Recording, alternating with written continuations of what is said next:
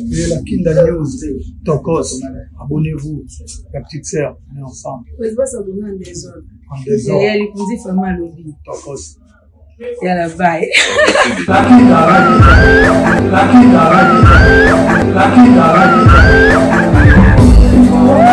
Ici, la Queen, c'est moi. Bienvenue sur la Kinda News. Fidèles internautes, fidèles abonnés, avant de commencer, je tiens à vous saluer, à vous dire merci pour votre amour, pour votre fidélité. Merci à nos fidèles abonnés qui n'arrêtaient pas d'appeler, à nous harceler, à nous demander où nous étions passés. Bonne nouvelle pour vous, la Kinda News est de retour. En tout cas, soyez prêts, soyez connectés, soyez branchés. N'hésitez pas à vous abonner. Toi qui n'es pas encore abonné, tu entends quoi pour t'abonner? Abonne-toi, like, commente et partagez pour ne rien rater. La Kinda News, nous sommes de retour. Et avant de commencer, je tiens d'abord à saluer mes sponsors officiels. Je serai ingrate et irreconnaissante si je ne reconnais pas tout ce que ces gens ont fait pour moi. En tout cas, je tiens à vous dire merci sincèrement. Vous étiez nombreux à appeler, à demander des nouvelles, à dire tu étais passé où la Kinda, qu'est-ce qui n'allait pas. C'était pour une belle surprise qu'on organisait pour vous, qu'on gardait pour vous. Notre nouveau plateau qui est déjà disponible et opérationnel. Viens les gens Mbata South Africa Second and Shop. Au lieu importé, exporté, Kinshasa, Lubumbashi, Afrique du Sud, LMB. Et Zawana et pas y a Vélison Mbata. Au Tina Bilokono en toute sécurité. Vélison Mbata, merci pour tout. Merci pour la caméra. Merci pour tout ce que tu nous envoies souvent pour soutenir cette initiative, ces plateaux, ce que je fais. En tout cas, je te dis merci sincèrement. Au petit tour dans la maison, à Second and Shop. On reçoit télévision, radio, congélateur. Okozwa biloko ebele makasi bambeto ezali bilamba pe ezali wana na kisasa siko nazalaka la Boss Africa Galerie Lafayette. Boss Africa, que dire de Boss Africa? Merci pour tout, merci pour tout, merci pour l'espace. Là où on a fait notre plateau, c'est le Boss Africa Galerie Lafayette. Moi, quand il y a un sponsor officiel à la Kinda News. Je tiens à lui dire merci sincèrement et que Dieu le bénisse abondamment. En tout cas, à soutenir nous sommes et belé pour la réalisation et à plateau na biso. Si qu'on osa à Kinshasa, osa peu partout au limula ta kitoko, basket a bien, t-shirt a bien, jeans a bien, ola ta frais. Oye na Galerie Lafayette na 8 décembre, au komika na Sebeko, ainsi qu'à Bungate. Au Kotka na 8 décembre, on a Galerie Lafayette, référence de tous un restaurant la congolaise en diagonale avec Stade de France et pas ya Boss Africa. On coupe à Bongo, fils Mouteba Azawana Akoyambayo et la bonne sanité de Konanga Mwasipe Azawana Splendid Link. Hein? C'est un belé vrai chéri, en tout cas, et que ça bien makasi. Pourquoi pas saluer le placide et bio business class na kata. Brazzaville, on se journée malamou, na Congo Brazzaville, on a un plateau de 15 ans, et pas la vie de sauver placide et bio, y est à contribuer à qui. En tout cas, vous avez tellement de rien, que c'était, j'ai versé tellement longtemps, à la bateau, et que vous allez un peu long, et vous avez ebele makasi na moni de kuna biso atindela biso caméra na biso oyo Otis Panzo leader na kati ya London. Vous avez wana ba Joseph Mabaya guerrier bantu na peso bambote ebele na mi se souvient na ngai susu na pesa mbote. Vous avez tellement ebele non naza tellement émotionné d'être encore là parmi vous et au cours de l'émission ba kombo ya batu susu ekobanda koyaka yaka vient na ngai fanfan. Fanfan na peso mbote na kati ya Canada. En tout cas pour sans oublier les boss Auguste Navarro, les passeports rouges. Il y a pas son la biso micro na biso ya professionnel non to bandi ko sala la yango to la ba montage ba streaming et ça la ba live wa to ko banda ko utiliser yango. Et j'étais encore à saluer Gingenda Loko qui papa français boss Mboka. Il est ne penza patron. Il est pas un moko ya ba sponsor officiel, il y a la Kinda News. En tout cas, vous êtes tellement ébélé et donc aujourd'hui, j'ai le réel plaisir de recevoir pour vous la patronne de la Kinda News. Comment au niveau, la Kinda pour parler Kayaya, na zone sur le terrain. Est-ce que vous êtes prêts? La Kinda News, la patronne. Bonjour à toi, Lilika Lakinda, et bonjour Namalandi à Lakinda News. Je sais que la zone est partout dans le monde. Tu sais, c'est toujours un plaisir d'être devant et Navala Santa la connexion. Connexion, on a rendu Bazana, ma famille, en tout cas, je suis très ravie. Merci à toi de présenter l'émission, même si tu ne le fais pas bien que moi, mais quand même, ça va moi, ça fait tellement longtemps là qu'il nous en a plus de tes nouvelles. En tout cas, tu reçois la plan Maramoro et belé. Tu maintenant ma solo disparition la Kinda, ça fait plus ou moins 7 mois que au tika YouTube. La raison est ça ni to yoki ba makambu et belé. Monsieur Soubaye la Kinda abala, la Kinda abota, mobali na yewana zo apekisa ko sala émission. Je sais pas comme tu recevoir yo. Et c'est aussi directement la première émission, ils ont inauguré Plateau. Tokomekano koluka koye qui est la Kinda, qu'est-ce qu'a fait la Kinda pendant tout ce temps, comment la Kinda est apparue sur YouTube, qu'est-ce qui a fait que la Kinda vienne sur YouTube, plutôt bien que la Kinda est ingénieur na Istanbul. Aussi ça la radio transmission télécom. Comment on s'est fait qu'on se retrouva na YouTube.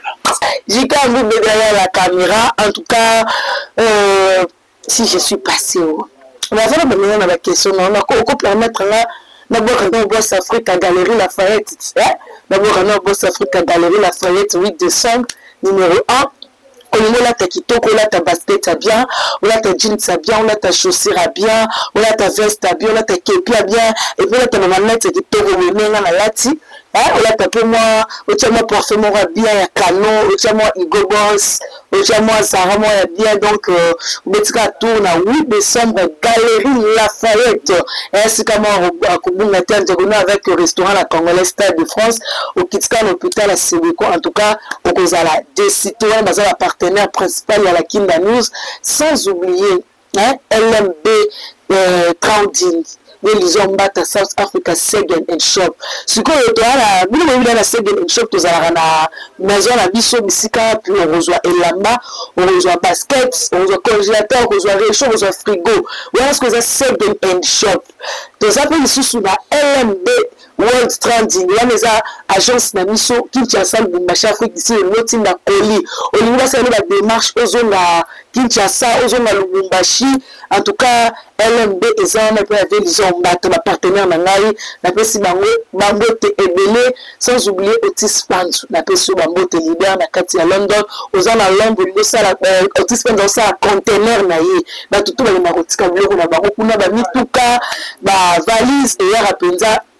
La carte, il y avait province de Kinshasa sans problème. Et je tiens aussi à saluer vieux plastique et de business class na pesier Bambote. Voilà, Baza Penza, Bazio Nangai. Et puis, bon séjour à Sœur-Angèle Makizembe. Sœur Angèle Makizembe, on fait la maman naïe. Mes condoléances kaka ken pena Makizembe ya pito la pesi bino Bambote bele bato bele bazafu na pesa pa Bambote talaka bamona nga kala nanga fanfa bokele na kati ya Canada na pesi Bambote bele Joseph Mabaya guerrier Bantou Gingenda Lukoki papa français pour Sambuka papa la belina na badani ngenda na pesi Bambote bele papa solution soko benge kaka na 12h01 minute c'était comme à 12h05 aux heures que c'est là en tout cas je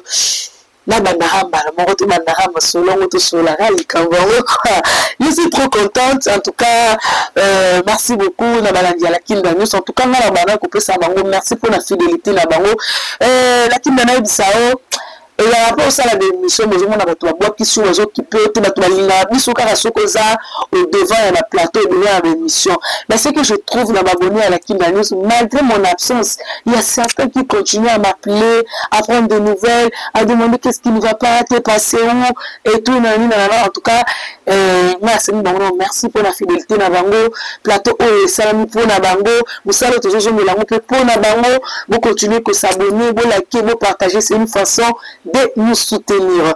Pour répondre à tes questions, ce qui n'a qu'un wapi.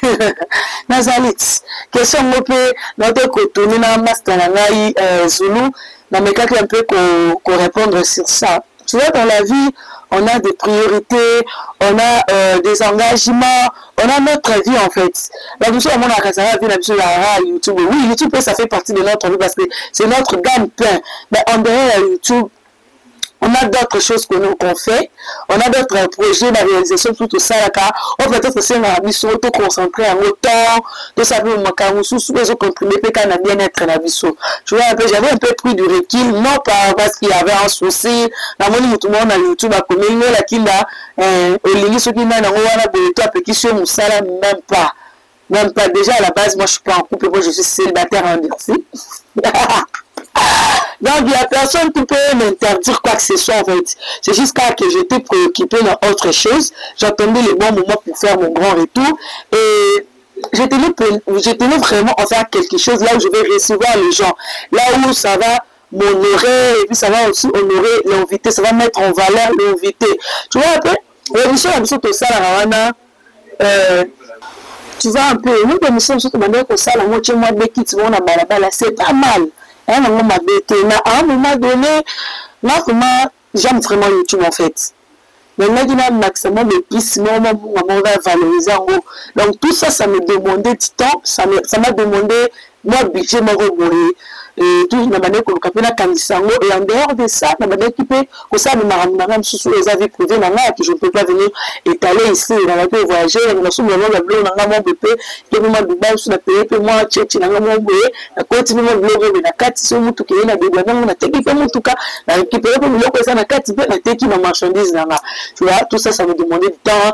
À la tendance, je peux la voyager, bon, on a somme, moi, trépied, à Sika, on a somme, moi, tapis, pelouse, et puis un peu moins ventilateur. Ben, ce qui est important est que Naza vraiment des retours, je suis là et pour demander ceux qui n'ont pas là, ceux qui n'ont pas là, les bénédictions. La Bible dit l'homme quittera son père et puis s'attachera à lui, à refonder une famille. Naza, moi, si je suis un jour appelé à me marier, là, ils ont ceux qui ont grâce, et puis moi, on a pas la bénédiction, ceux qui ont tout cela est faux et archi faux. Na balité, na botité, na tout tout la langa, il tonton mora, moi tonton mora, mon il est là, c'est plané, c'est la en tout cas, je suis là. Rien de tout ça, la balité, la botité, j'étais là, et j'étais dans mes occupations. Maintenant là, je suis de retour. Et je dis encore une fois de plus, merci. À Mekinda Live, à tous mes abonnés, vous êtes restés fidèles, vous êtes là dans la TikTok, vous êtes tout ça, puis tout, Nazali. Et directement, je tiens à Yarolo Balabatou. Nous sommes en solo, nous sommes en moko to tikala na ye. Wa zala ba miracle vrai. Wa zala mikamo ba sibe zo mika ba cancer zo mika ba bato ba zo ba mikanda te na poto le zo ba mikanda. Le prophète messager Emmanuel de Mutumu Kishile ki Yesu. Na na demera ebongo toujours to la croisade na biso. Depuis le 28 mai 2025, toujours clôturant le 7 juillet na Aqua Splash. En tout cas, maman, papa, ils ont des causes là. Au famille, c'est un andako. C'est que vous avez besoin à coup faut porter comme plan la famille na ba na ba tellement ton béni. Maman, papa, je mets là, moi, je mets là. Il y a quand même le 16 juillet na Aqua Splash. Tu m'as dit que c'est un sur 50 jours il y a moisson. Et miracle solo mutanzamba solo to tikala na Congo l'homme quoi solo la nzamba kutola na nzamba prophète Emmanuel B en tout cas bola ebele okozala de cité. Et merci à toi Naza Penzana de solo na biso tout ce temps to mettre sur ma solo to lobela ba question yo ba réponse ezangai. Merci de nous avoir répondu sur ça et directement nous allons enchaîner ma question hein, parce que ici vraiment tout le cadeau est beaucoup plus sérieux. Comment tu as évolué na YouTube, pour ça comme YouTubeuse, donc tout sera vraiment beaucoup plus sur toi. Parle-nous un peu de toi, de tes débuts sur YouTube en fait. Qu'est-ce qui t'a influencé? Qu'est-ce qui t'a fait aimer YouTube? Ni c'est là qui la kinda akoma YouTubeuse. Je te parle de moi et de mes débuts sur YouTube. En fait, pour commencer mes émissions sur YouTube, c'est grâce à mon vieux excusez-moi s'il vous plaît, c'est grâce à mon vieux Ken Penamatisé Mbeya Pito que je salue affectueusement et là ça zana bana ba filé ba blessing Tata Lakinda vous aime beaucoup, je vous salue depuis la Belgique. J'ai commencé les émissions sur YouTube en 2022. C'était comment? En fait, frère Ken, parce que la zone qui a franchi en fait. Frère Ken, il y a plutôt oublié la coupe plutôt pas les Ken qui en a Azaki, moi ma frère Nabiso Azali plutôt parce qu'il est toujours affranchi. Moi ma frère Nabiso à l'église, Azaki Koyaka, ça la bénédiction Nabiso, il y a la promotion, elle avait toujours 50 jours mais à Koya pour ça la même bénédiction, surtout le miracle salami, Koya pour ça me conseille, ça me tout interview qu'on va mener le miracle et salamaka. En tout cas moi c'est depuis longtemps. Moi j'aime beaucoup parler hein. J'aime vraiment beaucoup parler. Je me dis souvent, bon, je ne peux pas, jadis retourner en arrière, mais je m'aimerais beaucoup plus si on remontait le temps. Il y a ça là, moi, même en Europe, si on remonte la salle littéraire ou commerciale, je ne sais pas trop, pour moi comme journaliste, si ça dépendait qu'en Suisse, on pouvait remonter le temps en fait. Moi, j'aimais beaucoup trop parler. La ligne après, c'est que le bâti, il est là en fait. Mais, j'avais fait l'électricité aux humanités et puis je suis venue à l'ISTA, là où j'ai fait la radiotransmission télécom. Je suis ingénieur en radiotransmission télécom de base. Mais dans un peu de YouTube, dans un peu de YouTube, dans un ensemble de la radio. Si vous avez tout le monde qui est sur vous, vous avez des choses qui et tout, donc j'avais ça en fait. Donc, quand mon uniforme est choqué, j'avais pas d'abord le courage de aborder un plutôt pour la scène et tout. J'avais un peu trop peur. On avait plutôt, quand on va dans l'émission, est-ce qu'il va vouloir m'encadrer, il va vouloir me montrer tout. Et du coup, un jour, j'ai pris courage. Quand mon soeur Sandraline a voté, à ça, je te salue ma grande sœur chérie d'amour. Elle a dit, j'ai un problème, il y a un bassou. Donc, ça ici, à Biki et tout, et vu qu'elle était trop gentille aussi, on essayait de parler avec elle, dans la carana, dans ça, il y a un star, quoi. Ma jibé, grand pote, mon père, on fait le idée. Donc, calendrier, penza, combo, penza, tout toujours, quand on s'en est la vidéo après l'église, mais on soit là, il y a ça. Maintenant, c'est pour ça, la émission, la YouTube, de la mona, la fille, la YouTube, ça, la émission et tout, là, puis ça carré, oh, petit, il y a un peu, il y a un minimum, maman, pas qu'il et Ken, petit, la mission va ser, quand il dit, alors, mais ça, c'est l'émission, il faut entendre, petit, petit, il y a ça. Mais ça, représenter là, plutôt, Ken vient là, bien en aïe. Et puis, tu étais gentil avec moi, il n'y a pas de problème, toi, moi, on a fait glisse sur le ligne, pas de problème, tu viens, on va t'encadrer. Ça m'a catalogué pour ça dimanche, ça m'a catalogué lundi, après ça n'a pas adresse à notre mail, en trois mots, et tout, quand l'action. La Kenda l'a raté. La Kenda te dit, mais je me suis dit, le cas. D'ailleurs, mais toi, tu avais dit que tu vas venir, pourquoi tu n'es pas venu? Madame, non, et tout, on a logique à raison, et puis le lundi, d'ailleurs, aussi, on n'a pas tante, là où je restais, donc c'est non. Ma tante, je dois y aller, la cosa que tout le temps, la mission, nous avons besoin de commencer là, l'émission et à l'église. La mission, on commence la mission et l'église pour sur le témoignage, ça la mission, sur le miracle. La cosa que vous avez que c'est l'émission à YouTube, et puis pas quel piano. Mission, tout le monde, la famille, tout le monde, la logique, la français, et tout. Donc, le monde a le droit. Pour derrière, il y a une sa famille, c'est quoi. La qui peut pas être plus petit. On a écouté le grand frère Nanga Valdi Tambo que je salue, Yaya, Aïdan Bokwala, Boutalikas Fazala Kiwana, et du coup, en tout cas, Naïeba est l'écouté. Je ne peux pas venir m'inventer ici parce que Naïeba, Naïeba de rien. Imagine ici, je te salue. Ma famille Samana, il y a une mission de Manda. Ma famille Sinawana. Na mandela taba annonce 30 fois. Na dit tout ça ça que l'image ça la kilom ko là. Ba ozo c'est le donc la qui ça m'a pensé de ni ya kosala. Moi na yeba na kosa ko pe lire plutôt que les gens na yebi kosala mais c'est tout ko le puta. Moi vous avez dit la que yebi ngel l'autre côté. En tout cas, c'est fut un très bon moment avec mes grands frères là. La petite place où la mutema bazo la kisanga yi ndeni ya ko ya kosala bémission ndenge ya koloba parce que ya plutôt là mais mangana qui plutôt parler en fait là il va ko next la comment la petite plutôt parler comment la bien na bongo donc oui kemele na mutu veut to kende ka to kumba na bongo grand frère mangana bossa la concert il a beaucoup non yo za moi si il faut ko ya marabato poser ba question o ya ba grand artiste et tout na aux ana carnet d'adresse en tout cas ils ont moko ba conseil et puis ça la que le na comme appelle la kinda o naza ba ba grand frère moko ba linga makasi ba fungule nga mutema ba la que ndeni ya comme ba question ndeni ya poser question et tout donc c'est un peu ça mes débuts sur YouTube, c'est grâce à Kempena et à toute l'équipe les Alakuana et Fimbo la Fimbo les fungule la kinai mutema donc c'est un peu ça et YouTube parce que YouTube et yaki na mopepe na ngo moko boye donc et là bato banda ki YouTube avant yo ya YouTube yo so otangela biso na ba si ba banda YouTube na penza pesa ya lengi ya rien ça la même mission na YouTube na bana basi particulièrement parce que t'es une femme toi qui nous on je sais que les causes appellent là-bas mais bal peut ma personne sentiment mais parlons un peu de filles na bana basi na na personne sentiment ya ça la même mission na YouTube les youtubeurs qui m'ont donné l'envie de faire YouTube sans mentir, sans flatter. D'abord, celle qui m'impressionnait, j'aimais sa façon de parler, sa façon de faire de buzz, c'était Karine Mokondi, la baronne, la même de la Chine. En tout cas, c'est vraiment elle. Et ça, c'est que pour... je ne suis plus fan d'elle en fait. Parce que d'abord, je veux voir les acquis, mais moi, avec la YouTube, de toute façon, il y a la baisse d'abord, les acquis que c'est pour la ma tasse. En tout cas, je suis donc, c'est vraiment elle qui m'a fait beaucoup aimer, je peux dire non.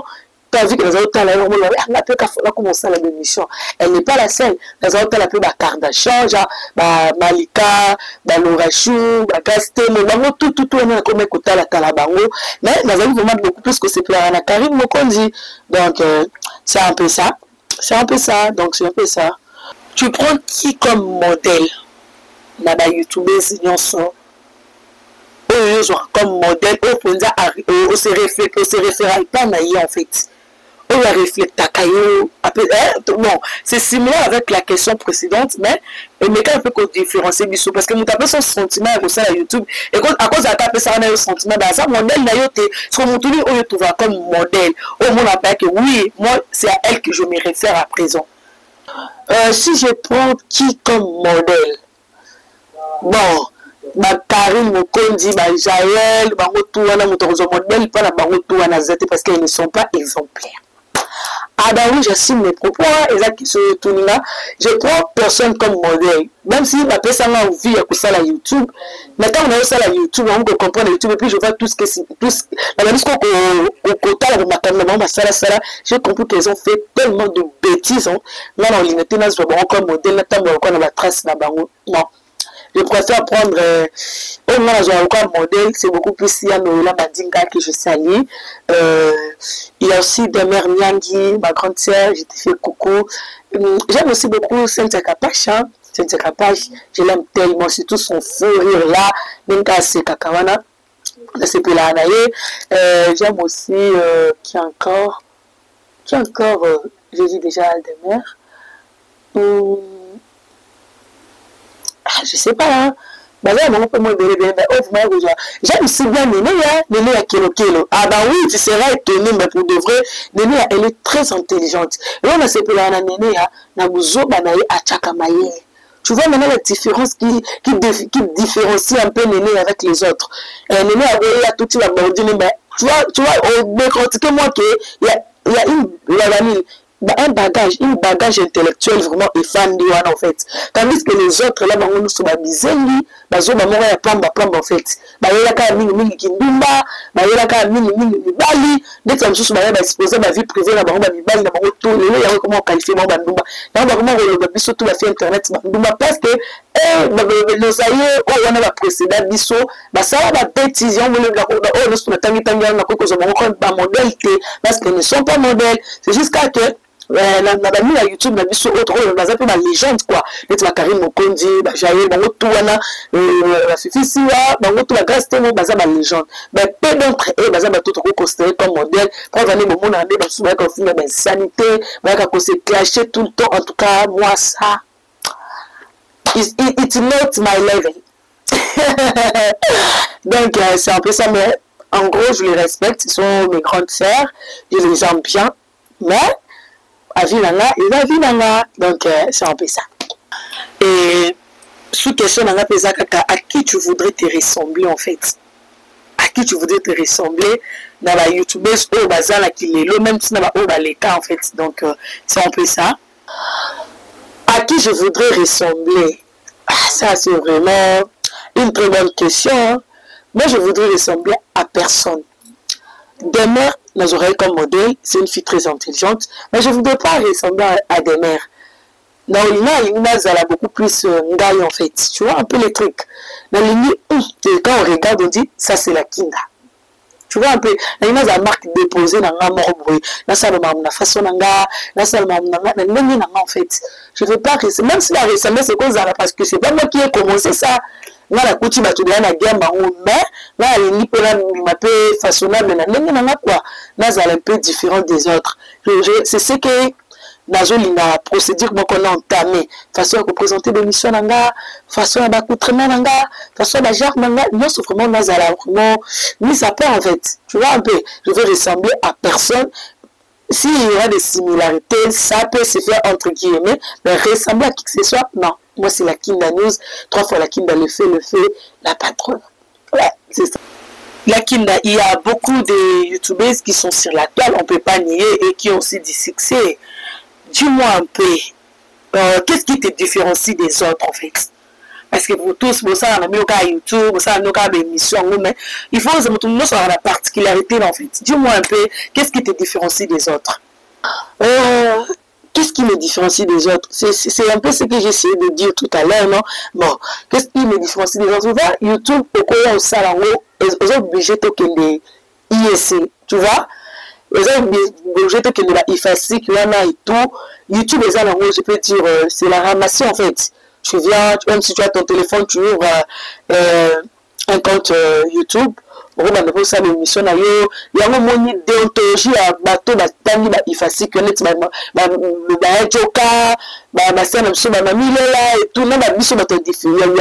est un peu différent.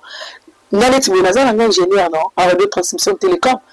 Nous avons formé dans les thèmes, même si nous avons pas la formation pour s'améliorer. Donc, différence sur ce que les autres différencient, même si nous avons quand même, moi je suis un intellectuel, je vais passer sur le banc de l'école. Il y a des choses que je vais trouver un peu pas honorifique de venir le dire au devant de tout le monde parce que YouTube c'est le monde entier. Les gens vont te la ngalité. La fois d'ailleurs, on a la qui même moi comme on a la landa qui.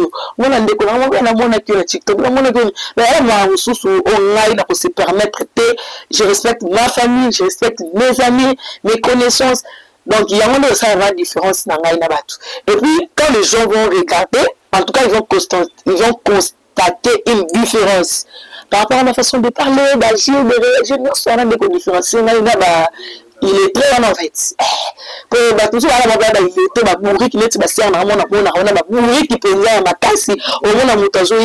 elle vient dire des insanités, des incites, ils ont vraiment honorifique en fait. Donc, là, comme on a niveau en athée, on peut se permettre à niveau en athée. Il y a une différence, c'est ça, entre nous et c'est tout à fait clair. Là, j'assume ce que je dis.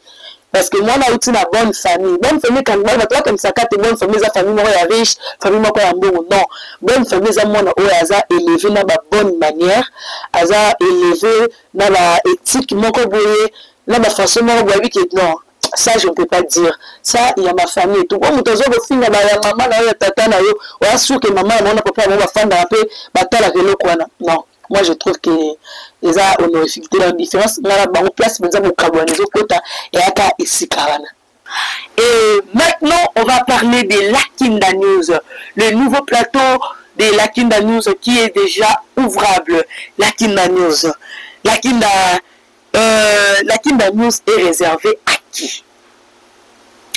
mais oui, hein, c'est ça vraiment la question que tout le monde se pose. Parce que quand tu postais sur statut, tout le monde cherchait à savoir la Kinda News est réservée juste pour la banane en fait. Parce que ma question est celle-ci. Pour permettre un peu, ça peut question dans mon nez, pour la personne pour y couper sa réponse bien en fait.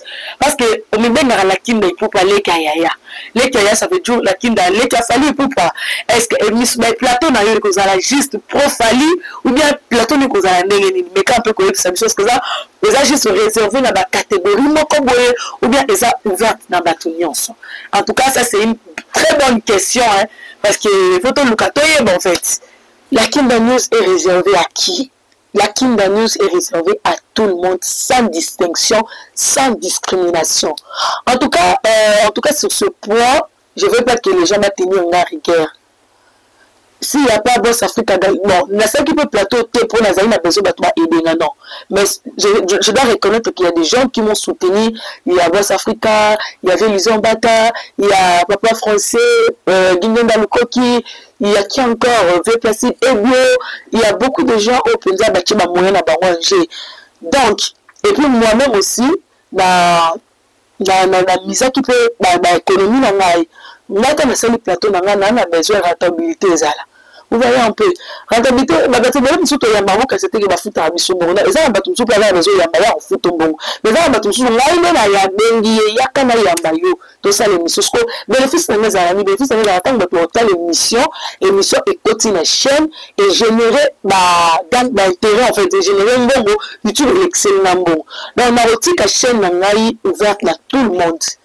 C'est jusqu'à que tu as un peu la modération. Si tu as besoin de parler de ton artiste, tu viens, tu défends ton artiste.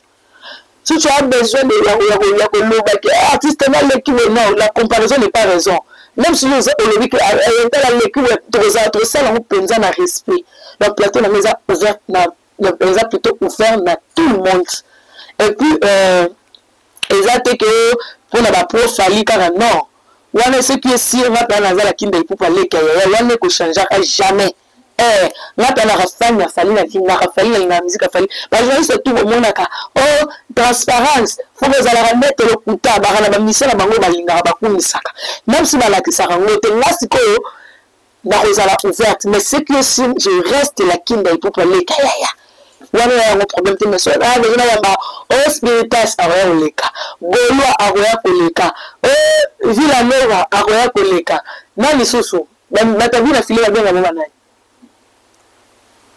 ba village de la fabrication non venanga igebi na file album na Victoire Ezobima déjà d'ici là en tout cas vous avez déjà prêt il va on a si EP non les a EP parce que ça 11 titres c'est déjà tout un album et bon retour à lui tous années et puis je crois d'ici là on a la Kinda News bonne chance na EP na tu vois donc album penza ils a ouvert la montagne son koya et puis et là oh warrior te gola tenité à montagne so azal libre pour défendre et ça c'est ça na argument solide na yo parce que là à cause après yé na yami na yo mais si on est au conseil artiste même à Kambo il y a que on a ça le trône de réponse na oyamanga quand on a yamanga on a la plateforme de la Kinda News na oya que na yepe ko défendre artiste oh là il a sepeli na yo chose on voit beaucoup ça na Kambo le dit que c'est avec qui bina file to ngapa na oya te bina file l'équipe fait na boye na boye donc maintenant vous avez ouvert la montagne donc c'est un peu et pour aussi son avis sur la question est concernée plateau. Dis-nous un peu qu'est-ce qu'on va retrouver sur la Kinda News. Parce que tu as vu déjà, Internet c'est déjà vu en fait. C'est que ceux que les autres font dans la chaîne Nabango, on les retrouve aussi chez les autres. Maintenant, dis-nous, parce que ils sont plateau à Sika, comme ça plateau et tout, mais dis-nous maintenant qu'est-ce que la Kinda News nous réserve. Qu'est-ce qu'on va retrouver sur la Kinda News. En tout cas, la Kinda News, on va retrouver beaucoup de choses. Beaucoup de concepts. Là, on a vu un concept, on a utilisé Charlie Kadimaki, j'ai sali, a donné un concept, bon, il y a aussi vu les gens battre à place au bon, c'est un concept, beaucoup de concept, moi et Belé pour le peu que diversifier chaîne. Déjà, qu'est-ce qu'on va retrouver sur la Kinda News et la Kinda News est quelqu'un chaîne il y a musique en fait c'est quelqu'un chaîne il y a musique il y a musique non toujours c'est dit que c'est dit vers le français va me blesser on va se diversifier c'est ça excusez-moi tout le la marmotta le théâtre pour la théâtre, vu qu'il n'y a pas trop forte sur le théâtre, je vais engager un journaliste spécialement à théâtre. Là, ce qu'on a beaucoup plus, il y a musique, il y a émission politique. Ah ben oui, je vais embrasser le chemin de la politique. Donc, il faut que vous ayez comment vous avez dit faut que vous ayez ni bazakaka ba détourner mais au salama non surtout nazana ba koyamba ba spécialiste genre bato ba yeli penza politique net maître Steve Kamba na pesi mbote a Rosalawana et pourquoi pas koyamba susu mo ba tebele pele na mo yamba ba tebele ba député pe ba koleka to ba kolobela beaucoup plus na mboka donc moi je veux rester sur la musique et la politique. Journaliste on a engagé il y a Rosalana uniquement pour le Maramotali théâtre. Baja il y a des émissions c'est comme à la coutume je crois. Maramuka il y a des musique, Maramuya politique, quand on peut expliquer. Donc le bateau va marquer déjà ba concept sous et kuya jusqu'à attendre ba info nationale on a concept moins spécial. Concept moi même sur combien avec moi 3 films moi que je débattre sur Maramotali Maramotali féminisme, les cas sur ma fille à c'est long par rapport donc c'est un peu ça.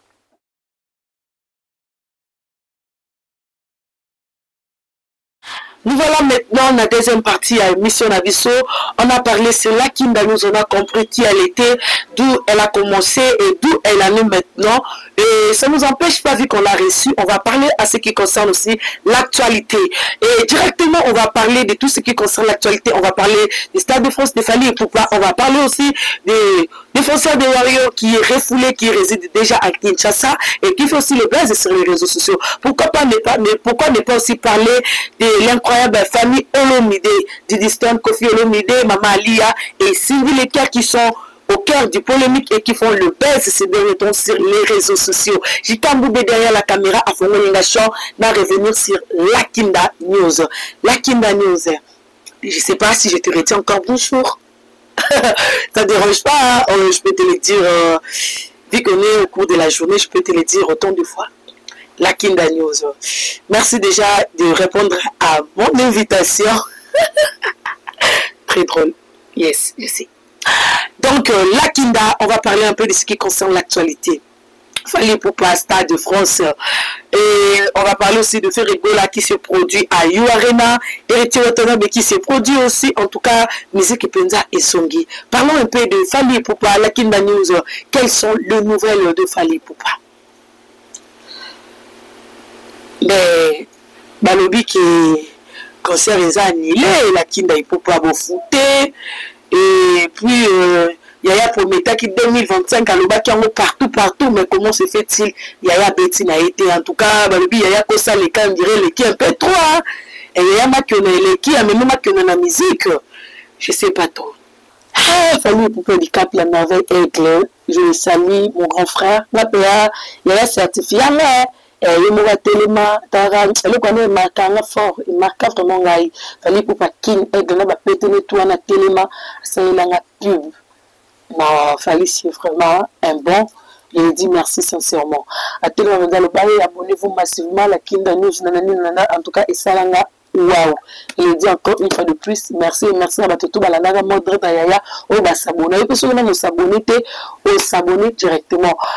Pour le Stade de France, moi je dis que Fally Ipupa n'a plus rien à prouver dans la musique congolaise.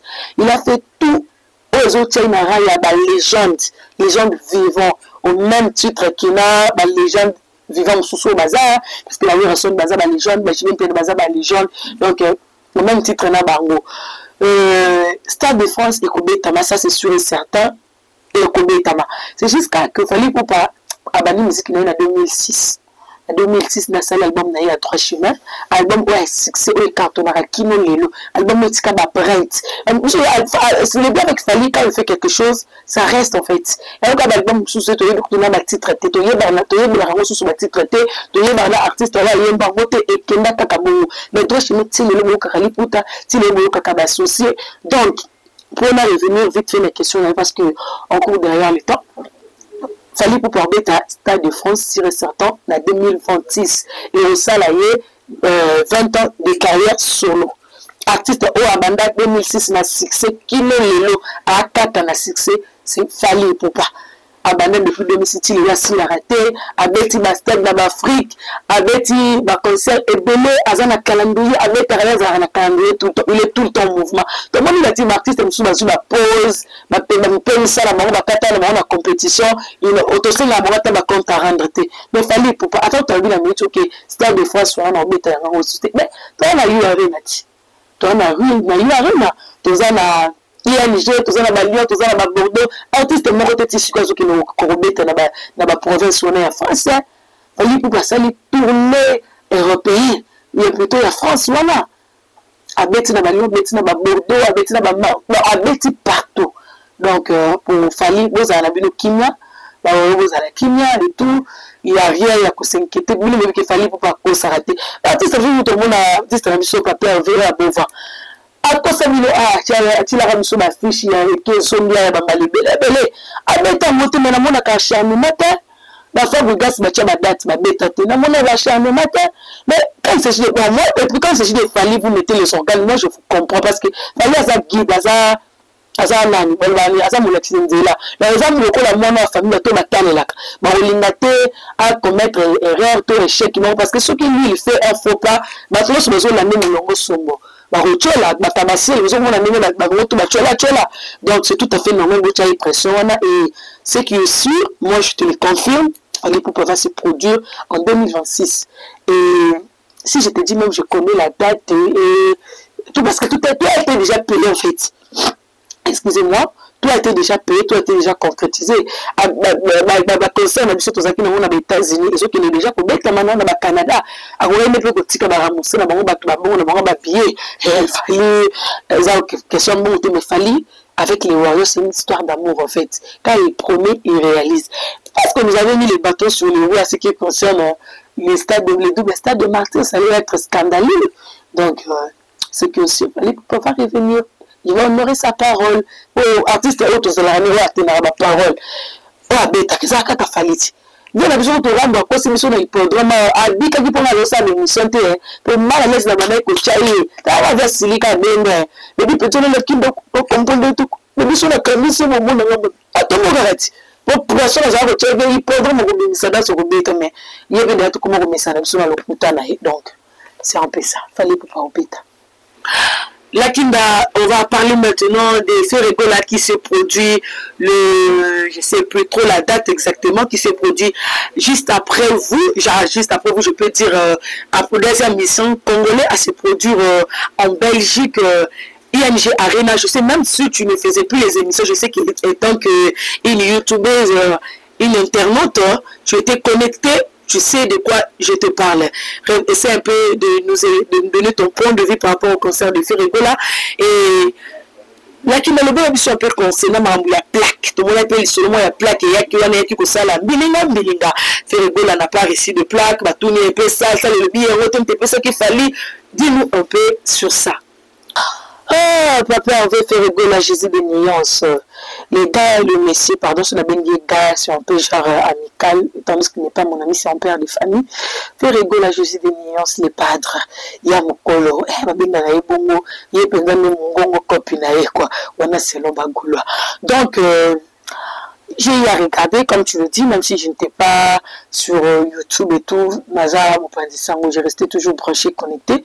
J'ai eu à suivre le concert de Ferregola, même si je n'ai pas regardé. J'ai eu à regarder, il y a la JDT, j'ai regardé tout. Quand même, ça va. En gros, moi je le dis félicitations. Pour dire vrai, Ferregola, il vient de loin, hein, Papa Hervé. Il vient vraiment de loin. Il a traversé des hauts, des bas, d'emprisonnement, aïe, à la bola, maman, moulé, bêta, cacastade, il fallait bêta, stade, il fallait bêta, la stade. Et puis, à bêta, stade, je peux dire 60% réussite. Donc, pour voir Ferregola commencer à essayer un peu d'écheler l'échelle nationale et internationale, pour moi, je peux dire que félicitations à Papa Hervé. En tout cas, pour ne pas mentir, pour ne pas aussi être méchante, parce que je n'ai pas aussi les raisons de l'être, Papa Hervé a fait du bon boulot, le concert était réussi. Je peux dire sur une échelle de son, je lui donne, si je lui donne 90, ça serait un peu de trop parce que 90 c'est déjà presque les top, hein. Je me limite à 80%. Ah oui, je me limite à 80% pour dire que vrai, Ferregola n'a pas encore atteint le niveau international qu'a fallu pour pas. Vous voyez un peu, si je le mets au niveau à 90, parce que Fali pour par exemple dans le concert soit été combien de temps na poto comment qui na 90 wana mais dans le concert Fali comment qui na 90% exact comparé maintenant Ferregola au monde souki Papa Hervé na 80 pour dire vrai il a vraiment fait l'effort, il a travaillé beaucoup plus. En tout cas, il a fait l'effort d'abord à entrer même si ce n'était pas si grandiose que ça, mais quand même, pour un artiste du ghetto qui vient de débuter sur la scène internationale, moi je lui dis bravo, il a fourni des efforts. Côté habillement aussi, ça va pas mal. Moi, je connais moi avec Fabé Takiwana. Ouais, ça va. En tout cas, c'est le Congo qui gagne, c'est la fierté du Congo. J'étais trop fan de la featuring Naïna. JDT, hein? C'était avec JDT, non, Jika?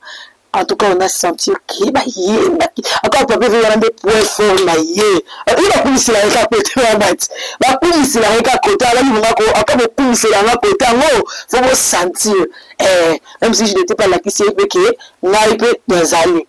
En tout cas, c'était bien, Koyemba et tout, la suite, quand même, ça va. C'est dans les bons, c'est le Congo qui gagne. Félicitations à lui. Et au suivant, on a parce que nous sommes là à sauver les guides. Déjà, il fallait essayer la banque. Non, c'est pas ça.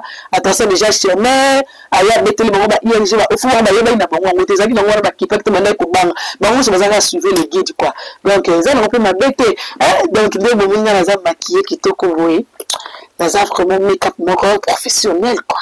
Pour les make-up de femmes d'amboyer, autocaté, autotranspiré, qui te comme à Kaswana Kinshasa, au contacter Christa Coiffure. Il y a une personne mail, ce qui est. Il y a une maquillée la présentatrice. Nous talons un peu maquillage, nous les fans, nous les petits longues dans la valeur. Christa Baby, Christa Coiffure, je t'ai sali. En tout cas, merci beaucoup. J'aime bien. Nous avons là, caca. Donc, si vous avez un numéro, vous avez un peu de émission,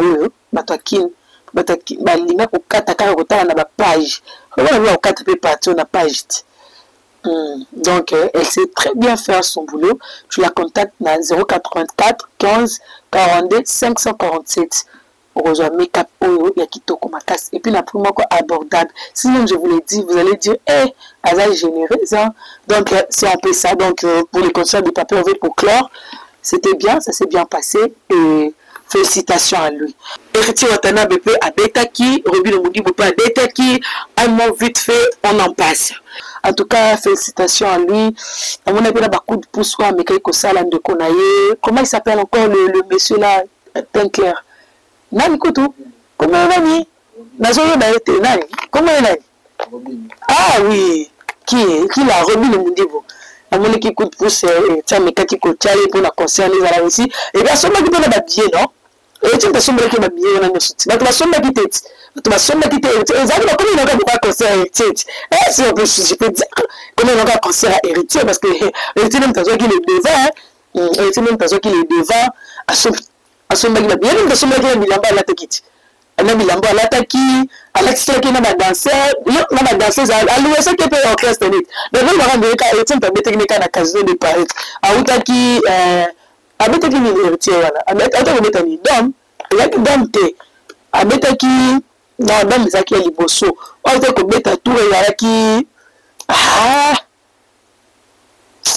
na bosani kombo na ngoboy Zénith sur quelque chose mon doit peut-être qu'on peut qui réussite oui bah on tout le monde a excellent malé mais si toi on a besoin de toi comme ko beta voilà ba ki boy toi on a besoin de toi soit beta parce que tant nous sommes beta nous tous sommes yeba esika na ye azo ba famille na ye dans l'international azo ba grandeur na ye même si on est coaché sur la mino comme la femme gas ba tout on a tout ba coaché sur la mino côté so ba conseil je mina poto tout dans le niveau na it tout dans le esika zat ah toi ba ki to ko finga te to ko so na te na musique eza yaka défendre artiste no pesa ba argument solide tout dans le esika na ye en tout cas c'est le Congo qui gagne ba tout on ko mettre azo kende ba robine ba fa gas ba fali ba faire rigola en tout cas là il y a un problème il y a monsieur côté au congolais c'est ça le drapeau Congo tezo pepa nous on est là on va soutenir parlons maintenant pour chiter de l'incroyable famille Olomide Didiston traité dans Poly Didiston qui incite des gens sur les réseaux sociaux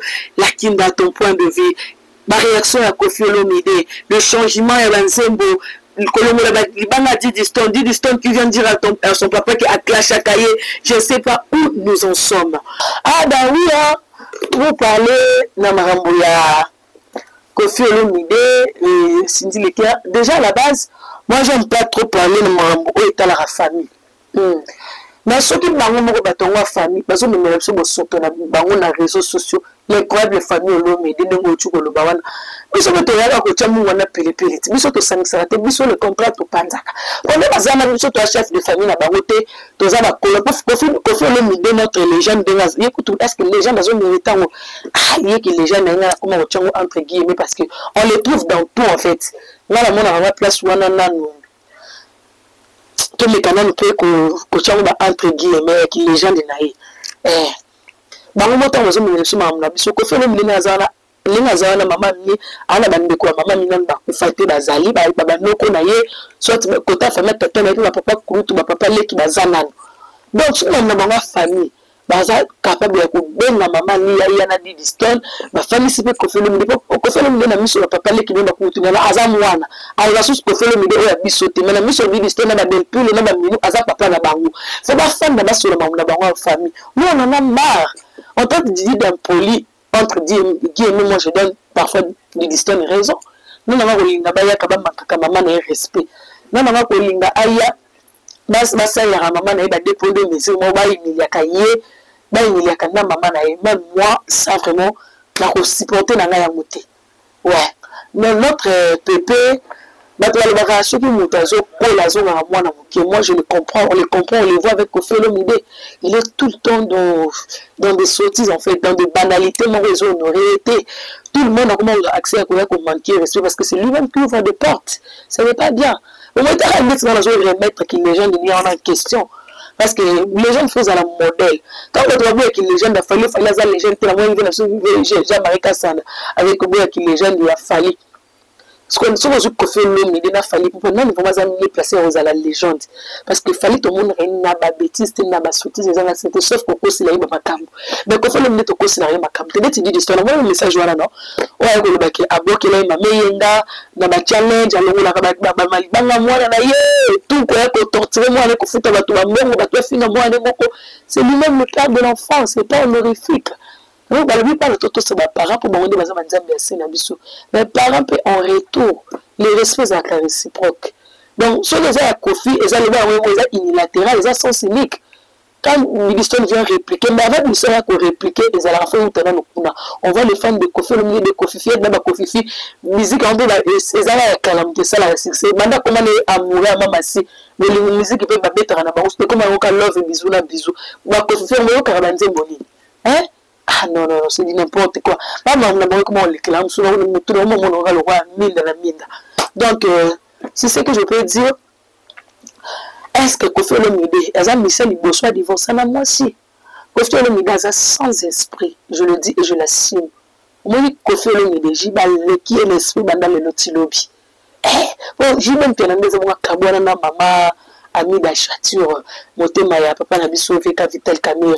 Mais jiba qui n'a combattu la bénéfice la présidente maman mi d'acheter la femme diwana veka famille wana maman Denise na Fati Beton ako matayenda sisa zumungu na ke nous les mani musiciens grand esprit ce qui est qui yo maman li ya famille na tanto na mutu ni mo beto na bana bato yo ko salango te pourquoi ba soraya na ba Daïda basalo quoi bon nako comprendre te bana na toi ni ba papa la bango ba tuka ka ba Daïda te je vais la tuka ba Daïda te tuka ba Junior te je vais faire la preuve année à ça la route na petit moi la dit qui doit me faire de l'anniversaire excusez-moi grand esprit dit que wana ba leki azaleki ya ba azaleki ya bana nanga ba famille je vais faire un grand esprit moi na wenya solo ko faire le midon ma papa nyoso bolingo na mama si on a le week à bon ok on va revenir sur ça ce qui peut continuer quand même c'est peut-être là ta bango ka sonzo tant que tout comme la famille mais pour bien monde bon mais la biso maman on va vous arrêter ni comment vous êtes pour vous trouver dans la conférence mani que on a bon mais ngolo la bimate et puis la miki à la porte tana on commet ta ina bassin na souki na wana tous a déjà na souka je sais pas quelques salutations vite fait mes salutations ma salutation on boit comme nani ya hein mais cette question là la ligne à bon mais cette question quand il fait les boy je vais saluer nani Divita Albaina Boakendengeni Divita designer hein molati si na peso ba bote belé pourquoi pas saluer Eliezer le bébé de la presse je te salue cameraman nango na banda na ye Peter Mbedi je te salue aussi Maureen Minoko, je te salue. La maman Bala, je te salue. Pourquoi pas saluer joyeux anniversaire à toi, Sarah Boyenge, ma grande sœur. Quand tu as soutenu un moment difficile à héberger pendant un moment dans la vie, en tout cas, on a toujours reconnaissante. Sarah Boyenge, depuis amis, maman na bébé Bré, je te salue beaucoup.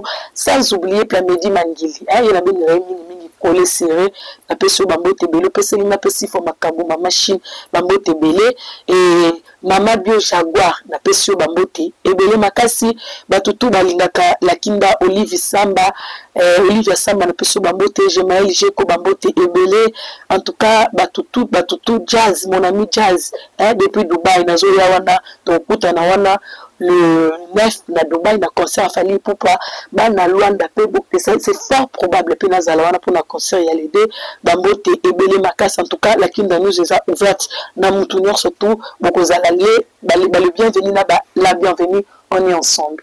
Merci. Merci, Pidal Zantemote, de nous avoir suivis jusqu'à la fin. Je sais que ce fut un plaisir de nous retrouver. Moi, je vous ai retrouvé. Vous aussi, vous m'avez retrouvé. Restez branchés. En tout cas, Maramba bien Pendé Zali. Et Nazongi Pendé na game. Naïb Sarabango na le Karabango, Bango de la Tchakate, mais 3 fois la Kinda le fait, Bazikate Bango Banani, Boss Africa Galerie Lafayette, 8 décembre, Malobi Restaurant La Congolaise, et ça Moussikate, Stade de France, au Kitika en hôpital à Séméko, nous avons un bandel Chibango, au commun à Galerie Lafayette, au Golata Kitoko, au Kolumba Sola Parfait, bien, au Gozo Linette, bien, au Gozo Basket, au Gozo Chaussures. En tout cas, merci Nabi, nous sommes Jikambu derrière la caméra, Nabame Kinda Love, tout, en tout cas, tous les gens en forme. Vous et moi, on se dit à bientôt. Et la Kinda News, Tokos, abonnez-vous, la petite sœur, on est ensemble. Oui, je vais s'abonner en désordre. En désordre. Et elle épouse vraiment lobby. Tokos. Et à la baille. La Kinda Radio.